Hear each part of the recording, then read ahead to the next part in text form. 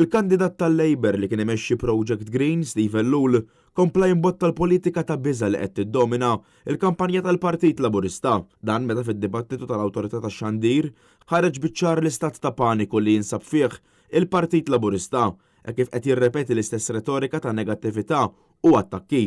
Dan apparti li qed jibqa' jbeżżab miżinformazzjoni dwar il-gwerer. Bla mistħija ta' xejn Stephen Lul insista li l-Labor dejjem bad fl-Ewropa nies kompetenti, inkluż Joseph Muscat, li bħalissa jinsab mill-ġdid f'nofs terremot politiku minħabba s-serqa tal-isptarijiet u l-frodi tal-400 miljun euro. Fil-Kumitati fil-Parlament Ewropew għandna bżonn li jkollna nies kompetenti bħalma kellna, bħalma dejjem il-Partit Laburista dejjem bad fl-Ewropa. Nies mela le bħal Joseph Muscat. Fl-istess xandira l-kandidat tal-Partit Nazzjonalista David Agius fetaħ dan id-dibattitu billi fakkar li dawn l-elezzjonijiet Ewropej huma frott il-viżjoni tal-Partit Nazzjonalista li Malta tkun membru sħiħ tal-Unjoni Ewropea. Din hawnhekk illum ma' 20 sena ilu żrajna ż-żerrija li kienet tfisser li pajjiżna jkun parti mill-familja Ewropea.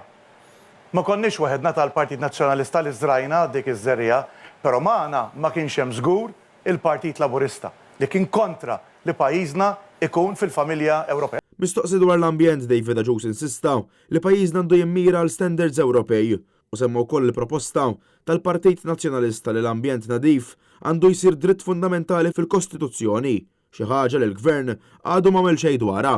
Aħna rridu li jkollna standards Ewropej anke fil-qasam tal-ambjent ta' pajjiżna.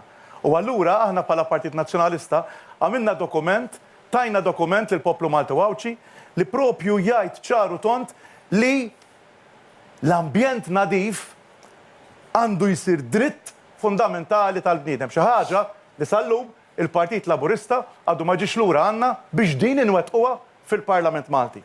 Dwar it-traffiku David Agius fakkar li s-sitwazzjoni marret mill-ħażin għall-għarek kif 11 sena tal-Gvern Laburista mhux talli ma solviċ il-problema ta' traffiku, iżda talli s-sitwazzjoni komplet tiggrava f'kull ħin tal-ġurnata. Fid-dibattitu semmew ukoll in-nuqqasijiet kbar min-naħa tal-Gvern fis-settur tal-kostruzzjoni. Tant li fl-aħħar ġimgħat reġa' kellna aktar inċidenti u aktar vittmi. U tlabna aħna li konna investigazzjoni dwar dan, inkjesta pubblika għalunna le, ivvutaw fil-Parlament kontra. X'ġara? Xi ħadd mar bil-bowt, il-Maltini protestaw, kellu jiġi lura għal inkjesta ħassi. U issa x'tallimna minn dik l-inkjesta li saret? Għadna ma tallimna xejn sa 4 ilu anke ġol Furjana reġa' waqa' saqa' ieħor. Dwar il-każ tal-Oli tal-ħajja David Agius fakkar li l-Partit Nazzjonalista ma jridx li l-kola tkun intaxxata fil-waqt li għandha tingħata għajnuna kemm lill-importaturi u anke lill-esportaturi. U huwa proprju b'dan il-mod li l-Partit Nazzjonalista se ikun hemm dejjem għal kull Malti u Għawċi.